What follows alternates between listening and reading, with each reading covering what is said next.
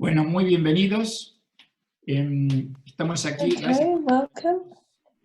Thank you for accompanying us today in episode 8, Times for Real Innovation in Tourism. Today's episode will be performed in Spanish, but you can access simultaneous translation in English on the Zoom screen. Today we have Natalia Bayona. She is the leader in innovation and digital transformation for investment at the World Tourism Organization. Good afternoon, Natalia. Thank you for being with us today.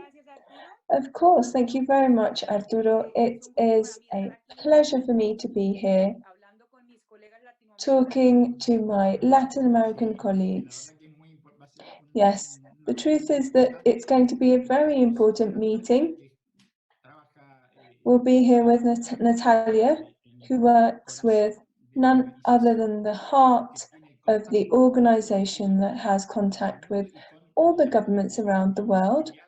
And through its affiliate members, it also has contact with the private sector and a permanent relationship with key institutions that perform the operations of tourism around the world. So organizations that operate ports and airports around the world. Natalia can speak more about this than I can. Natalia is very active, as is the entire organization, but she had already been performing very important work with regards to innovation and digital transformation. She's really been boosting investment in a way, if I may say it this way, because I hadn't seen it in a way that I hadn't seen before in the organization.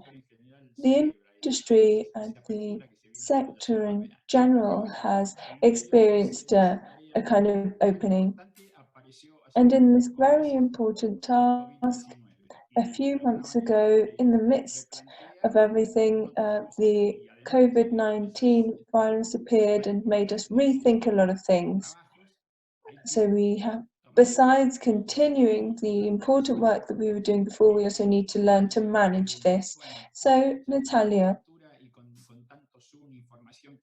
with all this information that we now have a lot of knowledge, of course, about the matter, but I'd like you to tell us how this appeared and how the WTO was its kind of first vision. So where is this taking us? Some people say that we need to learn lessons from the crisis in 2001 and the SARS crisis and Lehman Brothers as well, and the financial crisis too.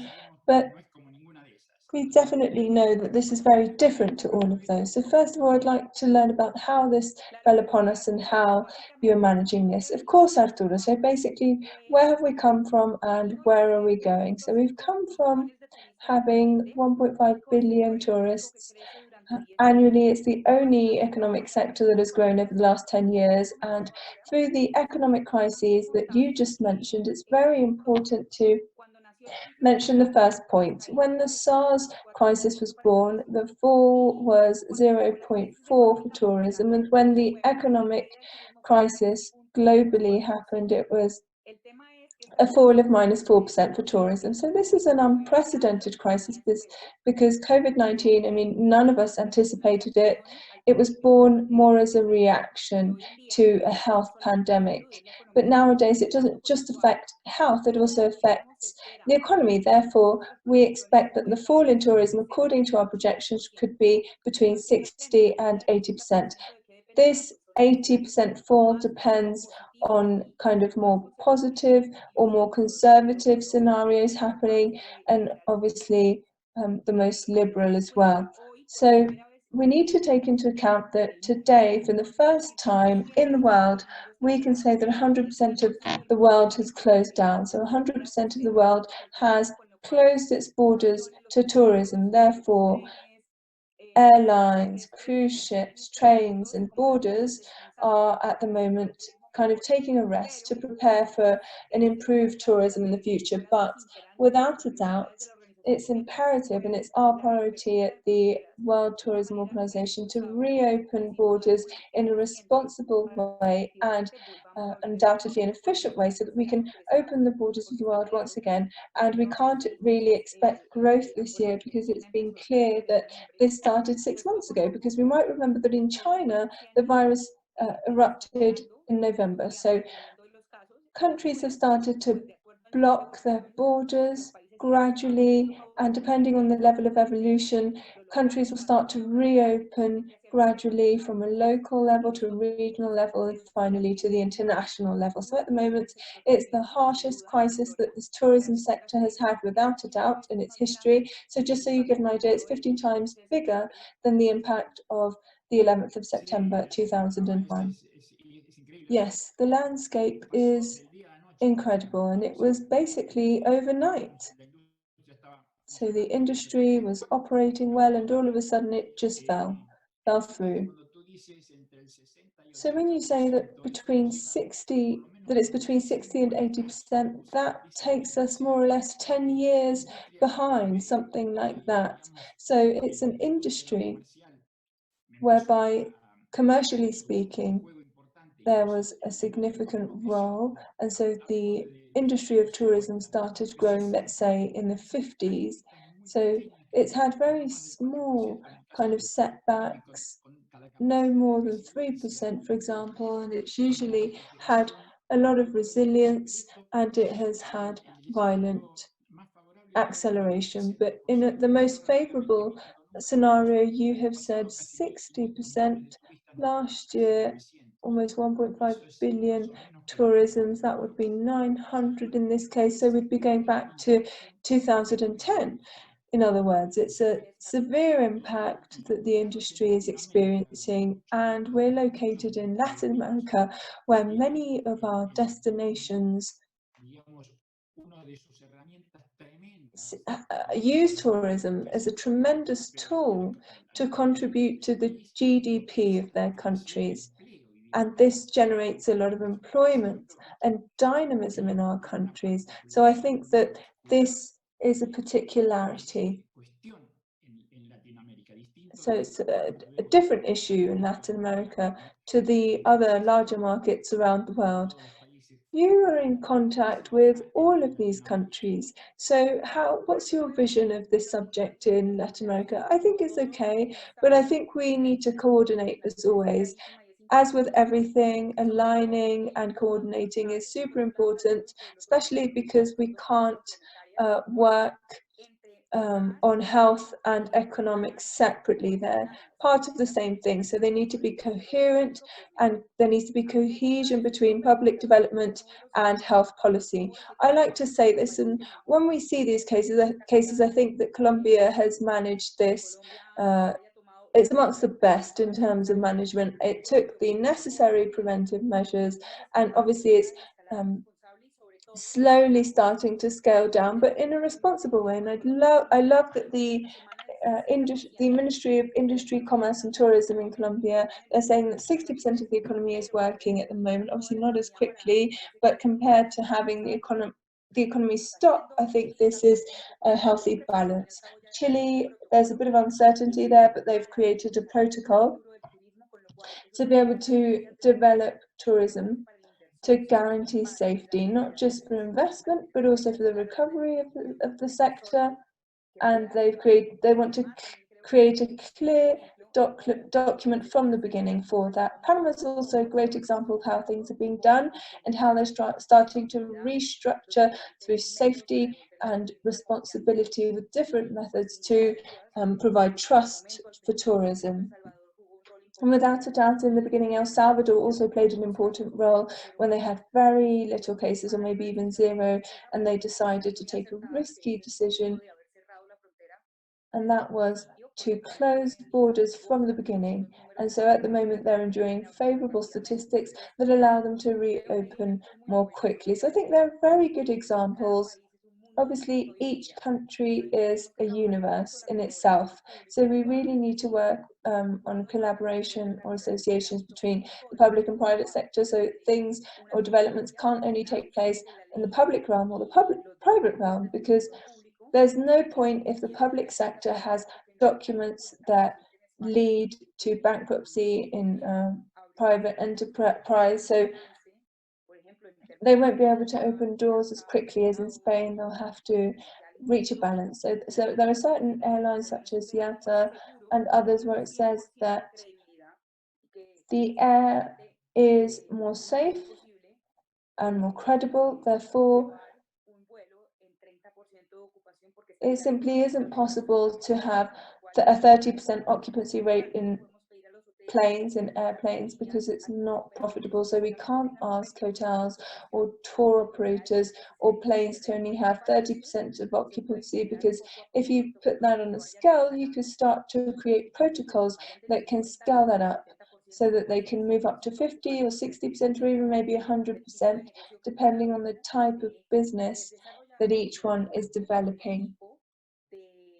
And obviously, the responsibility or seriousness of the work done in the private sector. I think that the challenge in Latin America, on one hand, is to be able to strengthen these PPPs, these alliances between public and private sectors, and to generate some regional protocols, because though Colombia is doing well, you know, if Mexico doesn't do as well, if there's a kind of tour where they go to Mexico or other places, if they're going to Buenos Aires, but they can't have different protocols. We need to coordinate at a regional level, because otherwise we will not recover trust and the safety that nowadays is perhaps the necessary virtue for everybody to start traveling again. Yes, the protocols are an immense challenge.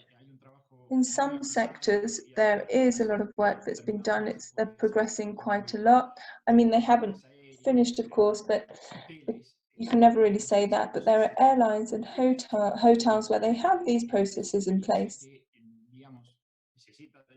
Traveling is an experience that requires planes and hotels, but it's a lot more complex than that. So the person leaves the place where they are, they have to take a taxi to the airport, then there's a check-in process, the migration process, they have to fly, then they arrive, and then they have to perform the same process at the other side. So unifying that and helping all these protocols flow is truly an enormous task. And I think you're in contact with the government and different areas of the government and the private sector. So is it possible? I mean, you mentioned that in Latin America, protocols should flow between different countries, but as soon as this starts to recover, we'll have travelers from all over the world. So protocols should also flow necessarily taking into account the needs of the countries where they've come from. So this should work in the short term, this kind of synchronization of protocols. What are your perspectives of that? What do you think about this? I think that IATA, CAO and ASI, the International Association of the Airports around the world, they have a rather homogeneous roadmap. I think that should be the foundation for local authorities, so that they can strengthen everything that has to do with the use of airlines, airports, and air traffic. At the same time, there are hotel protocols that are quite advanced. The Spanish case is rather specific and it's quite good. The private sector has aligned quite strongly to have homogeneous protocols that have been coordinated with the government. They are on the webpage of the Ministry of Industry, Commerce and Tourism in Spain. In the case of tourist attractions, the International Association of Theme Parks and Tourist Attractions also has a universal protocol. So I think that the base or the foundation for all of this is for states to part from that base of the international organizations and institutions that already have a more kind of robust foundation, at least for reopening. So they have the states themselves are in charge of details, but they could at least build on what's been built already. So the IATA protocols or the Spanish or Portuguese hotel industry protocols. They can also use other previous cases such as South Korea and Israel that have progressed quite a lot, and that way they can strengthen themselves. Marriott has a great protocol in the US where they've created alliances with hospitals and certifiers, and at the same time with brands of disinfectants. So they're launching the same protocol together for the entire world with Lyso, which is the mass disinfectant brand in the United States. So I think this could generate value if they have a sole document with few variations in terms of the details, but at least at the macro level, these should comply with the same conditions so that tourists don't suffer as much. So if they're jumping from one city to another, so let's say they're traveling from Santiago and then they end up in the lakes in the same country, and then if they have a different protocol in the capital city and then in other protocols in rural areas, that would not generate a good experience. Therefore, that would generate a great impact, once again, on the recovery of trust and the safety of the tourist. Yes, absolutely. There's one issue that they're talking about within these protocols and how to facilitate them, and that is a health passport. And some are even talking about immunity. I think that the World Tourism Organization is looking at this closely, and they're closely related to different bodies. So what kind of possibility is there for this being implemented? Yes, of course, we are working first of all on having, first of all, we need to understand that there are differences. So there's an immunity passport, and when we talk about immunity, that means they guarantee that they cannot infect anybody, and this is impossible in my opinion, because I can't guarantee that. I can't guarantee that. Other people can't guarantee that without a vaccination. They can't guarantee that they're immune. Therefore, these immunity passports, as has been said by the World Health Organization, is a subject that is clearly difficult to apply. Then there's the health passport. On the other hand, we are working with a Spanish solution company that is called HiPlus, and this is basically a health passport where users are owners of their own data.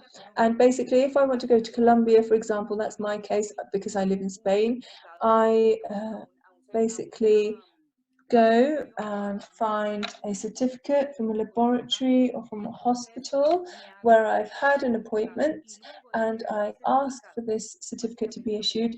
And after it's issued, basically what I do is I notify the digital network that these health institutions will be connected to, and they can upload my information to a blockchain network. So basically what I do is that when I'm going to buy a ticket through Avianca, Iberia, or the ones that travel to Colombia, when I'm going to buy the ticket, it's going to ask me just as they used to ask us before, if we had a visa, you would kind of check that and it would automatically validate data. And the same thing is going to happen here. So they'll ask you, do you have a COVID certificate? You can click OK. In a few seconds, it's going to ask you for the airline platform. So it's not going, you don't have to go to another platform. It's just going to ask you whether you authorize your data being delivered directly to the airline. And if you agree, if you say yes, then in a few seconds they synchronize the information in the hospital with the airline's information, and they automatically decide under this tool and platform that you have been allowed to travel because you have a certificate. So that gives you a certain credibility, and the certificate needs to be issued 10 days before the flight. So that way I'm boosting at least business tourism, which requires less, say, anticipation, less days beforehand. And they give you a QR code, just as they would give you a digital boarding pass. And then at the airport that's aligned with this system will effectively be able to prove that I have a fast track, and given that I have a certificate, then I don't have to go through the same health checks as everybody else. that way I can help the airport so there aren't these mass queues or lines, and if the airline wants to perform another check after that, then they can do the same thing that many airlines have been doing, and that is that they have fast COVID tests. So once again, before I start the boarding process, there's another check, so that's double security, and then I can go in, and that way I've been checked to make sure that I can travel to different areas. When I arrive again at the airport, so in this case the airport of Bogota, I need to comply with the regulations and the particularities demanded by Colombia. So this is something that we started to create a pilot project for in the Canary Islands and also Ibiza, because we are interested in Bayona as kind of the main airport society. They have approved this already, and so we're working on this, and as with any innovation, we need to perform a pilot project first to see if we can then scale that. But we truly believe that we need to open borders responsibly and make sure that it is coordinated effectively. And if this works in Spain, then it'll be very easy to scale that up to other countries in Europe, Latin America, Africa, etc., and create one solution, a single solution that will allow us to develop and open borders in a coherent, coordinated way. It would be great if that worked, because, I mean, until we have a vaccine, this coordination would be excellent. And if it was coordinated in such a way that it didn't just facilitate inter-airport processes, but also processes in arrival airports, I mean, this information could be validated both upon arrival and departure, because if you have to double check everything, then, I mean, obviously each country will have its own protocol, but this would slow down the ability to return and recover in terms of business. So you've been involved for many years with innovation in tourism. What is the challenge of innovation during these times? So where do you think we should focus our efforts in terms of innovation and tourism today? Of course, first of all, we basically have two issues here. So first of all, innovation can be technological or not. So under a technological basis, the world is becoming 100% digital nowadays. Therefore, my main kind of call is to a number of things. So first of all, we need to develop digital skills that will allow us to strengthen tourism in different ways. So when I talk of technology and the use of technology, what I basically need to do is strengthen the digital skills of the working teams and the directorates of each place. If you give me 1 second, I think somebody's ringing the doorbell. Natalia is currently number 2 at the World Tourism Organization, so I can't imagine what it means to be standing in that position after the situation experienced by the industry. Thank you, Natalia. Sorry, 2 seconds that I will give you back at the end. It's okay. Let's continue with the same subject. At the digital level, there are basically many points, but first of all, digital skills are here to stay. In the past, they were perhaps, as I say in English, a nice to have, but nowadays they're a must have. So they're a duty. We need to have greater digital skills because the world is currently 100% digital. Perhaps you and I would be ecstatic in Latin America and the Caribbean having a talk about investments in Latin America in another case.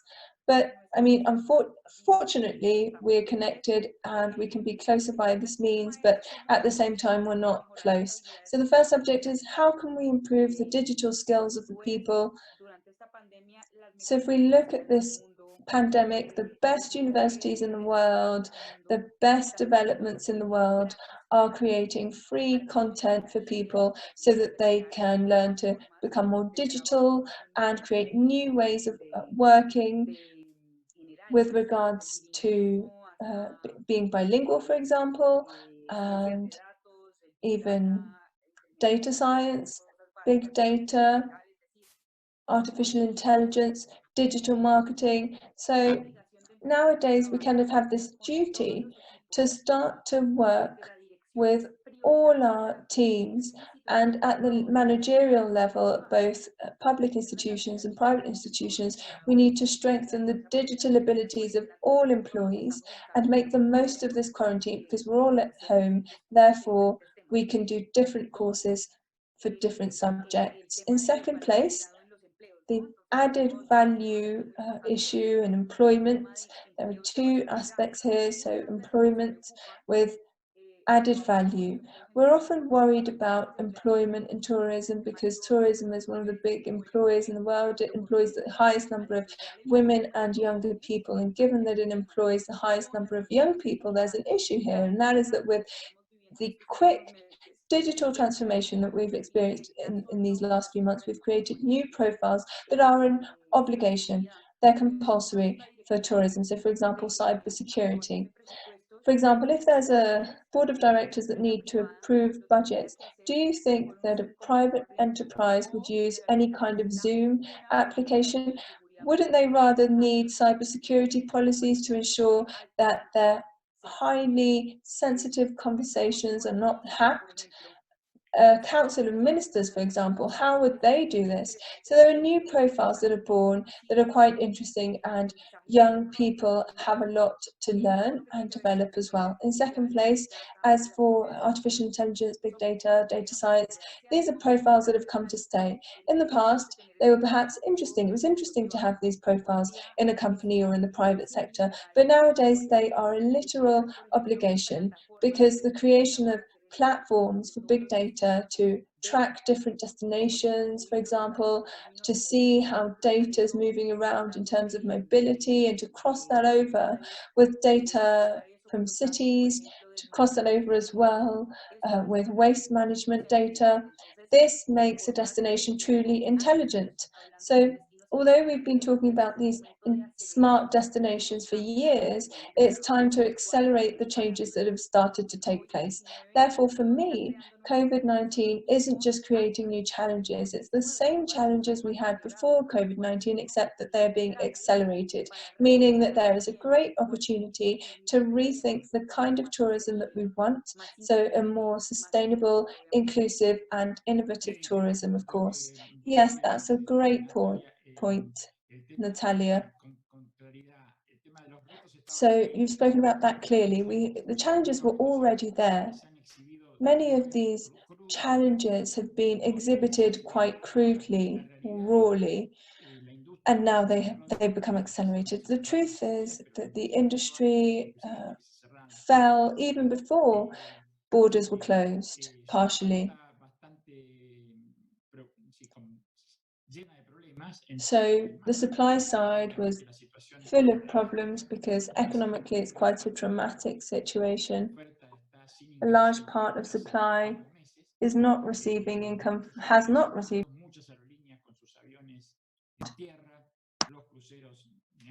Many hotels have closed. I mean, cruises, we all know what's happening there. So they're trying to survive, honestly. They're trying to reach the next day. And some will do so with more complications, and some may even not make it. So if we extrapolate this, obviously there are different components to it that make up the tourist experience, but what about cities? What happens to these cities and populations? How can they come back as tourist cities? What are their challenges? How can they gain value once again in the market? Yes, of course, I think that's where innovation comes in, non-technological innovation. So the question is, how can I redefine my neighbour's profile, and what are the unique experiences that I want to bid for? So you might remember that this year we had created at the World Tourism Organization the first year of rural tourism, because it's key for us to start to work on this. So without a doubt, nowadays, when it comes to nature, trail tourism, rural tourism, and unique experiences, this will become more important in the short term, at least. In the long term, things may change a bit, but at least in the short term, I think this is coming to stay. And that's why it's so clear that right now, destinations need to rethink their tourism promotion strategies for different areas. And basically, one of the important areas in this case would be, how can I develop a new experience, a new story that is attractive enough? Because I want to mention something to you, Arturo, that's very clear.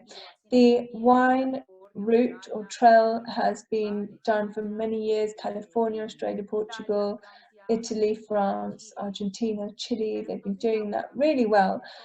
But now that we all have the same problem, because in the past, safety issues were only in a few countries, were only present in a few countries, but now we have a safety issue in every country.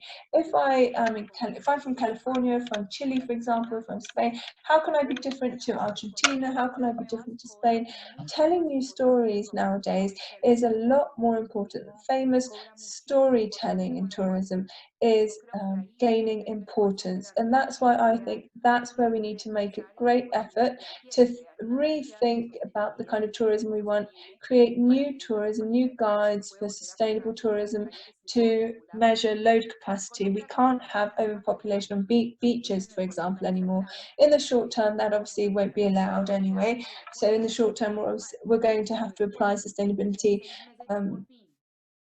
in a compulsory manner. But in 6 months, for example, if we can reopen the way we naturally would, we need to have clear protocols and clear standards so that we don't fall into the mistakes of the past, whereby we have a load capacity that exceeds what a destination can normally take, which is what happens in capital cities, which are selling more of the same. And so tour operators continue to sell more of the same, and obviously that leads to overpopulation in a certain part of the population, at least in capital cities. So nowadays that's really clear. We need to think about the message about safety and communication to bring trust back to destinations. In second place, we need to work on a new way or a new tourism model based on sustainability. And in third place, we need pure development that is focused on how I can sell novel experiences that really attract tourists and that don't simply focus on past travel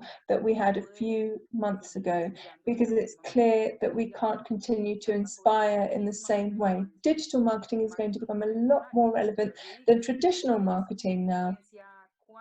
And that's not rocket science or quantum physics. This is something we knew for years. So this challenge is now accelerated, and we have to come back with much more strategic projections, thinking about the fact that destinations need to be fed through tourism, using communities, local communities, as a source of support, guaranteeing the efficient use of resources. And I don't know if you know about this, but in Spain, 50% of pollution takes place in the summer, in one particular month during the summer. And this is logical because millions of tourisms come into the country, and this can't continue to happen. Pollution also needs to be regulated, and it's really up to us to create a new model for sustainable tourism that helps tourism be the most innovative, exclusive, but also humane industry. We're currently the most inclusive industry. We include most of the value chain. We're also close to the digital transformation, but we need to become the most sustainable economic sector. You've given us great points. You've put great points on the table because you've talked about the safety issue. And you've said that this kind of leveled out for everybody. It used to be focused on small points, and then you spoke about experiences That's something we've known for years. You know, tourism is basically about living experiences. And also, as for safety,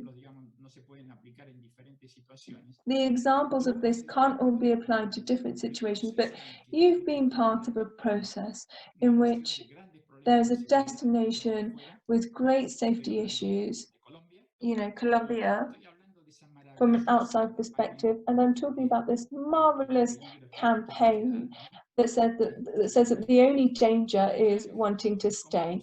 A clear example here of how you can work on a problem, turn it around on its head, and have a clear strategy and put in a lot of work as well, of course, and how you can truly achieve or turn things around by doing this. So I think this is adequate. It could even be a model that we could revise so we can see your achievements in Colombia in that particular opportunity. That is very beautiful for many reasons. First of all, because it reminds me of many things that I had to do in my first job that you learnt about since you met me, Arturo. My first job was to help change the image of Colombia abroad. At the time, there were 4 of us working on this and really making a huge effort to achieve this, and it became a success case in the end. You were one of my mentors for tourism promotion and investment, and obviously event tourism, and together we took SAHIC twice to Colombia, and that was a great pleasure for me. And it pleases me because it reminds me of a webinar I had a short while ago with ex-President Uribe, who was my first boss, and Maria Estela Martinez, who is now the kind of leader or director of the party. She was president of Pro Colombia before, and basically I said this to the entrepreneurs in Colombia, and it's the same thing I'd like to say to the Caribbeans. If anybody from the Caribbean is listening to us today, or if perhaps Argentina and Chile are listening to us today, it's the same message. Latin America is possibly one of the most resilient destinations in the world. In Latin America, for example, Chile has had a series of earthquakes, and it has managed to come out of that in a very aggressive manner. Argentina has had unprecedented economic crises, and it always manages to come out of that. So the power of entrepreneurship in tourism stands out here, not just in tourism, but also in services, call centers, technology, agricultural creation, efficiency. And then you have, for example, the Caribbean region. They have hurricanes, so for example, Haiti or Puerto Rico or Jamaica. We are a very resilient region. 15 years ago, Colombia had a very serious problem, and that was that nobody believed in the country. And so this very aggressive campaign was created so that people could truly learn about what Colombia needed, and that was to give people trust.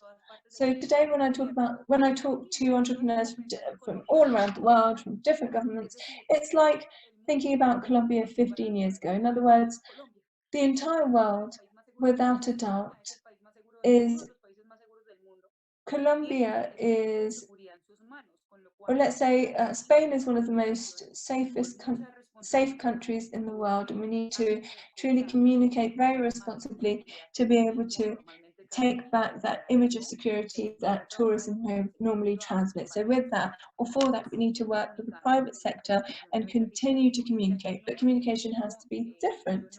Nowadays, I wouldn't recommend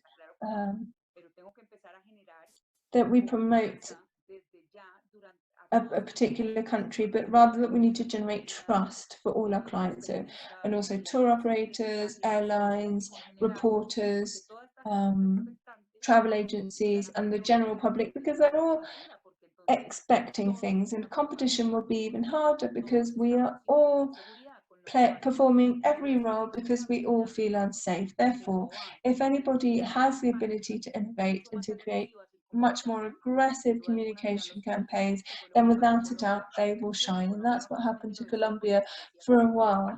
Colombia wasn't just pretty, they were really testing out security because there was a security policy, and foreigners under this campaign started to realize that it wasn't a lie that it was a safe country, because they were able to guarantee it. And so when a third party can approve something that you said, that gives it much more power. That's why it's so important to have an alliance with the media, and you have to create social content, social media, not just a tweet, but rather we need to see how we can make these stories become a reality so that the experiences of tourists can coincide with what I'm saying. And I think that's key for Latin America. I fully trust Latin America, because when you compare it to the world, it's one of the most resilient regions in the world, and that's why it has so much expertise in terms of moving forward and progressing. And I'm sure that if they do that in a coordinated way,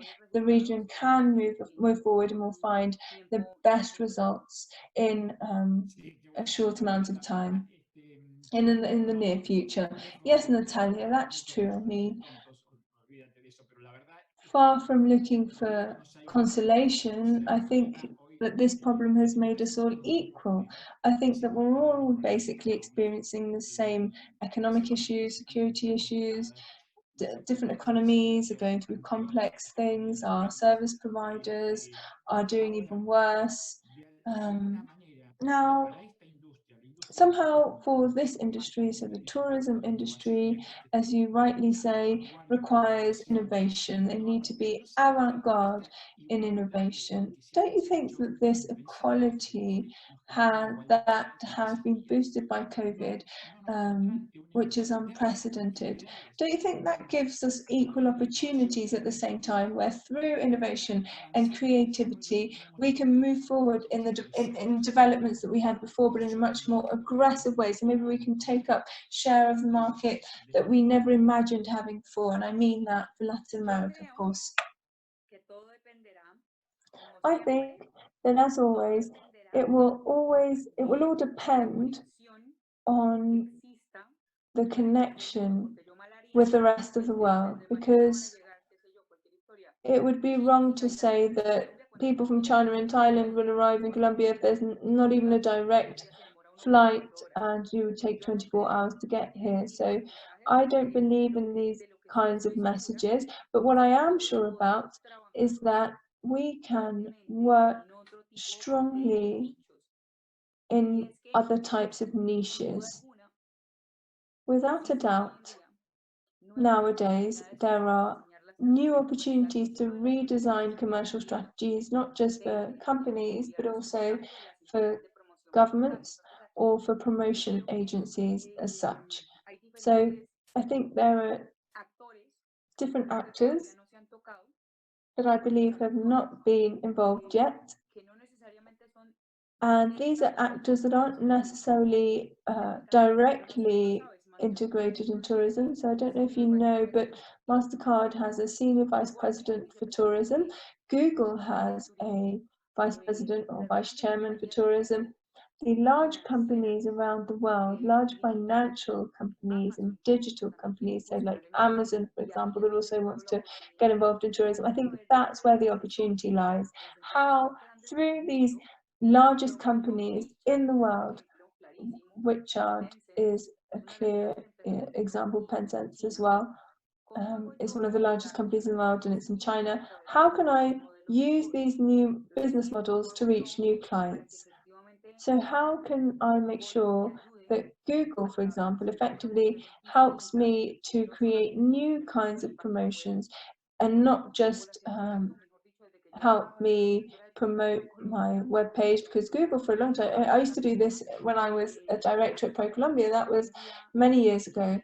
But nowadays, Google has millions of services. It has free programs to digitalize SMEs. It also has Grow with Google, which is a program that helps entrepreneurs grow with them. They also have policies to help states become digitalized. Google also has Fly with Google, where you can have a meta searcher for airlines. Amazon is also planning to sell tourist packages through Amazon. So what I would do is that beyond bringing in new markets, I think it's coming closer to new channels. Netflix, for example, is playing a very important role, because more than half of the population has Netflix, HBO, or Amazon Prime as an entertainment ally, and that includes me as well. And these kinds of platforms, they're not technological innovation, but they are innovation in the way that I reach my audience, and it's perhaps an alternative that Latin America can use. You might remember that in Colombia, they have one of the biggest Netflix studio filming studios, for example, in the world. So if we don't use the one here, we can use ones in LA. We don't even need tourism programs. I mean, the Money Heist has done a lot for Spain, and the same has happened in New York. So you can really create lots of different stories that don't necessarily have to be the traditional tourism stories. But I think that this is really relevant. We need to create innovative programs. I mean, if you look at how Bill Gates has been positioned after his documentary in Netflix, I think the game today is to have innovation, obviously technological innovation, that's clear, but also on the other side, we should have new communication channels where we can effectively gain ground. And that should be a ground where we tell new stories that aren't traditional stories. I mean, Colombia's tired of Netflix talking about Pablo Escobar, so we need to have novel stories for Colombia. So, for example, stories about García Marquez, or musicians, or Colombian artists. So, for example, in Costa Rica's case, they could talk about sustainability and coffee. Just to give you an example, in Argentina's case, maybe they could talk about football, or Brazil, but it doesn't have to be the same traditional message that we had before. It's an opportunity to use different innovation channels that differ to basic means. So things like Instagram, LinkedIn, Facebook, and Twitter, where everybody is already present. We need to find new channels that have greater impact than the impact we have today. That's a really interesting point of view, Natalia. So we've got 10 minutes left. I'd like to give you a few questions that have arrived. I think it's worth asking them, but I wanted to touch the following point. Everybody is looking at Asia in terms of measures and maybe positive signs that we see there, perhaps the hotel business growing, or associations and groups certainly have interesting values that are sustainable over time. So occupancy is growing week after week in places such as China, where it's above 50% at the moment, but there are other cases such as South Korea. What can you tell us about this, and what kind of meaning can this have for our region, if you will, if you can perhaps extrapolate any information from that region? Well, what I basically believe is that nowadays, as you rightly said, we're going through a unique situation. And obviously there are states that are not necessarily ahead, but they're being more efficient than others. And that's where I believe we can take different success stories. So in the case of Israel and South Korea, these have been proven. And Portugal's case, that's another case that shows us that they've been efficient and they've connected the public and private sectors. I think that beyond specific recommendations, I want to come back to making sure that information is kind of homogeneous or approved. I think it's hard to create a unique concept. As you said before, this is a situation that changes day after day. So they used to say, no, don't use face masks, and now I'm saying, yes, do use your face mask. So things are changing. What I am sure about is that when you look at these cases, so the case of South Korea and Vietnam is another good case, the Israel case and the Portugal case, these cases, without a doubt, generate a position, they position countries and generate different levels of trust. In the case of Vietnam, they're going to start to open borders, and Qatar Airways is starting to travel to Vietnam because they see it as safe. These are the things we need to learn from. and we don't need to reinvent the wheel, because clearly there are different airlines that are doing things really well. So Qatar Airways, that's a clear case, and Emirates is also quite a clear case, and they've made a lot of progress in different areas. At the level of hotels, Spain is clearly far ahead. And once they open hotels in Spain and in China, they have done already, and they have a lot more experience. So beyond giving perhaps one recommendation, I think we need to use these good practices so that they can work for everybody, and they should also be the same everywhere. And the most wonderful thing is that hotels and airlines are willing to share their knowledge. So they've opened a webpage on the 28th of May at the World Tourism Organization. We're going to launch the restarting framework, or this kind of basic guidelines for reopening in the sector. So I think this can be a good foundation that could serve as a guide to countries that are still not in this position, whereby they can create these foundations for reopening. Okay, correct. So I'm going to ask you a couple of questions that I think are worth looking at. The first is about the announcement of borders reopening in certain countries in Europe mid-June. What kind of information could you give us about that? And whether this reopening could improve our expectations for the falls in the tourism in the projections that your organization has. As for reopening, as you know, the European Union is rather big. We have the European Union, we have Eastern Europe, and we have Nordic countries too. As for the European Union, today is a very special day, because today the European Commission is going to communicate the way they're going to start this reopening plan. You might remember that in the European Union, countries cannot make decisions alone. They've got the Commission for that. And through the Commission of Transport, they can make these decisions. Nordic countries, effectively, I mean, they have a lot of disruption, and they have an innovative case, such as Sweden, for example, where children keep going to schools, people continue to go to cafes, and then we have Eastern Europe, which has perhaps suffered less in the pandemic, as well as Russia, which is an alarming case because it has a large territory and it is effectively suffering after the pandemic because it's arrived a lot later there. So, if you'll allow me to do so, I think that for the Latin American case, where borders are well connected with the European Union, we basically need to be guided by the dictates or the decisions of the European Union. I believe that without a doubt, each country will in the end be autonomous, because each country is in a different phase. I mean, it's very different to look at Portugal, France and Spain and compare them, which are the countries that have been affected the most, or Germany, that's a more corporate hub, for example.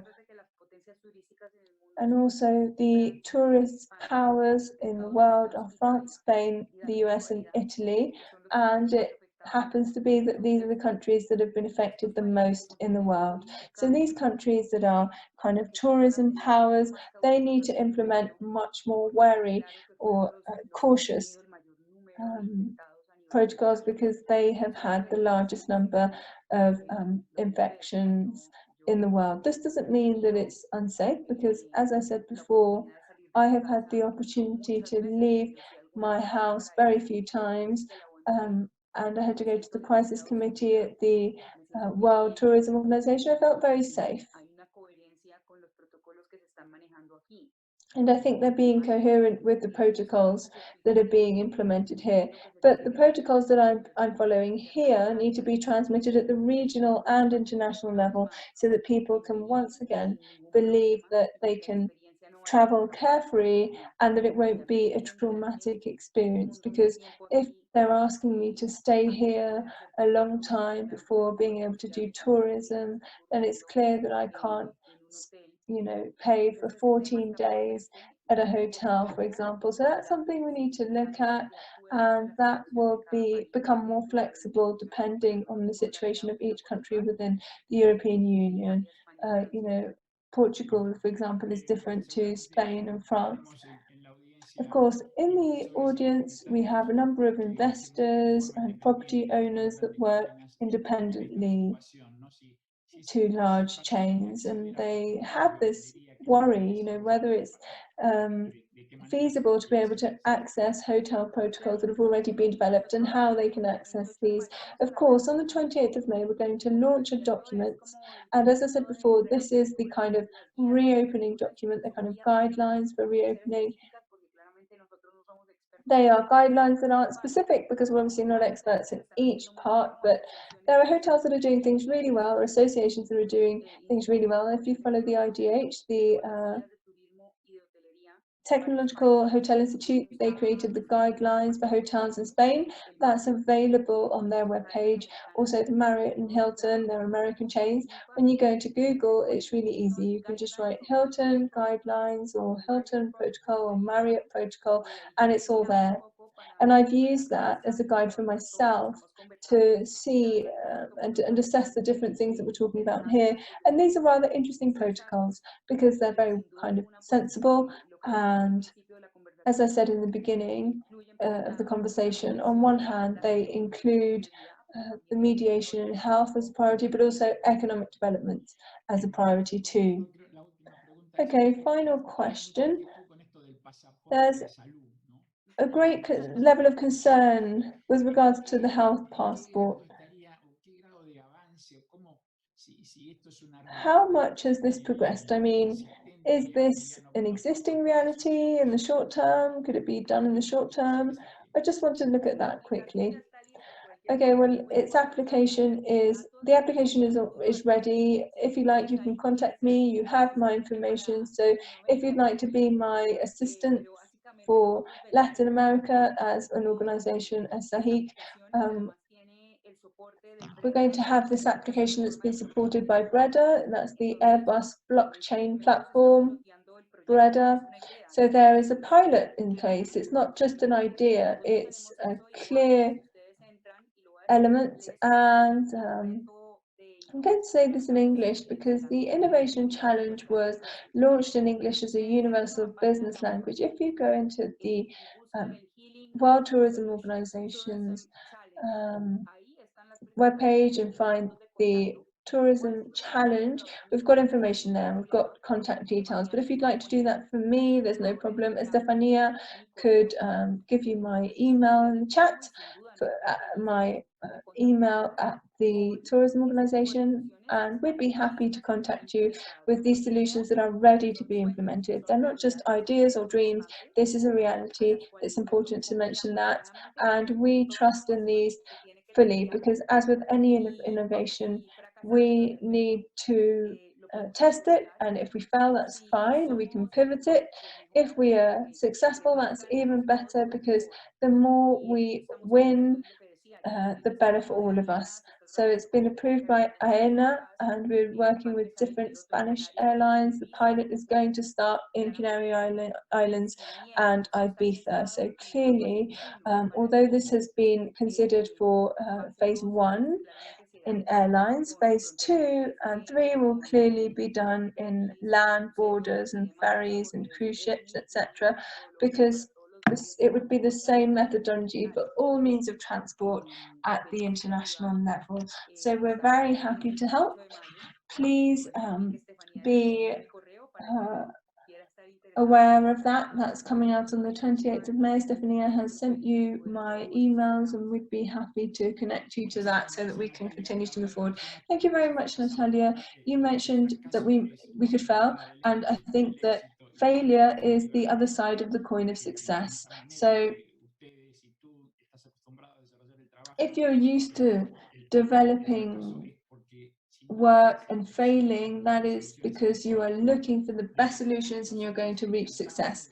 At SAHIC, we would be delighted to be able to assist the work that you are doing. As you know from the beginning, SAHIC has was created as a tool for the development of this industry in Latin America and the Caribbean. So for us, it would be great to serve as a connection point.